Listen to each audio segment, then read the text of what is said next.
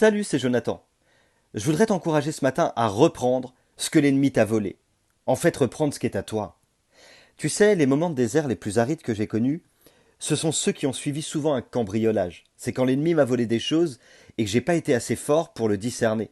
Ces moments de désert qui ont été les plus durs pour moi et je crois que c'est des choses qu'on vit tous, toi comme moi. Des moments où tu perds quelque chose, où l'ennemi te vole parce que t'as pas veillé, parce que t'as pas assez discerné, et juste après survient un désert, et ce désert, faut l'avouer, il est plutôt aride. La Bible dit dans Jean 10,10 que le voleur ne vient que pour voler, égorger et détruire, mais que Jésus est venu afin que les brebis aient la vie et qu'elle l'ait en abondance. Tu sais, la stratégie de l'ennemi, elle est claire. Ça veut dire quoi? Eh bien, ça veut dire qu'il va travailler en trois temps. Le premier temps, il va venir voler. C'est-à-dire qu'il va prendre ce que tu as de plus cher, ce qui fait ta valeur en Dieu, ou ce qui fait parfois ton service.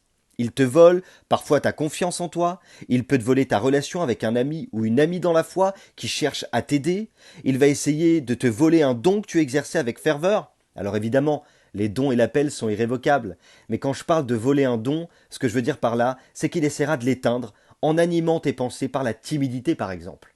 Alors que tu témoignais, alors que tu chantais, alors que tu prophétisais, d'un seul coup provient, et tu sais pas pourquoi, des pensées fortes de timidité, et tu n'arrives plus à le faire.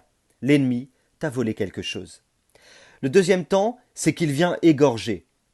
Égorger, ça veut dire séparer la tête du corps. Et c'est ce qu'il essaiera de faire lorsqu'il a volé ta confiance en toi, alors qu'il t'a volé, alors qu'il t'a dépouillé, eh bien il essaiera d'aller encore plus loin et il va étouffer le plus important, c'est ta relation avec Dieu, avec Jésus. Il est la tête et toi et moi on est le corps. Et le rôle de l'ennemi, c'est d'essayer de séparer ça. Ça veut dire qu'il va casser ta relation avec Dieu. Il essaiera d'amoindrir, d'éteindre, voire de tuer tes temps de prière. Et tu vas t'apercevoir qu'au bout d'un moment, eh bien ta seule subsistance de force, celle qui est nourrie par ta relation avec Dieu, s'éteint.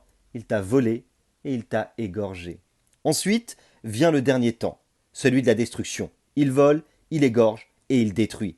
Lorsqu'il est venu pour voler, lorsqu'il est venu pour égorger et qu'il y a séparation de la communion avec Dieu ou avec Jésus, eh bien souvent le péché s'installe.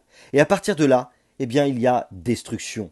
Destruction de ta vie, destruction de ton identité, destruction de ta dignité, parfois destruction de ton couple, de tes relations familiales, destruction de ta relation avec tes amis, destruction de ta relation avec ton église, avec ton pasteur.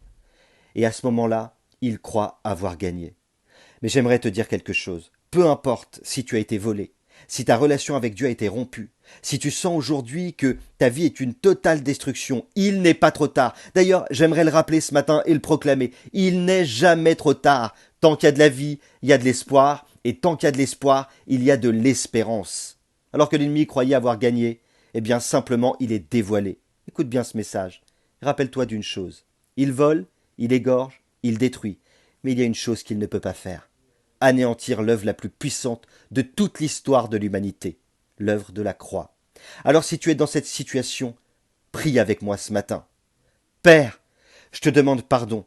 Je viens au pied de la croix.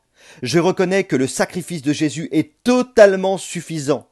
J'ai été volé, ma relation avec toi a été anéantie et je suis détruit. Mais aujourd'hui, je déclare que le sang de Jésus, au travers duquel je suis pardonné, coule sur ma vie. Je le reconnais pleinement, je l'accepte. Et à partir d'aujourd'hui, je déclare que les choses vont changer. Je suis un enfant de Dieu. C'est pourquoi je suis libre et je récupère au nom de Jésus tout ce que l'ennemi m'a volé, tout ce qui est à moi. Je le déclare, je le confesse, je le crois, je le proclame aujourd'hui. Amen.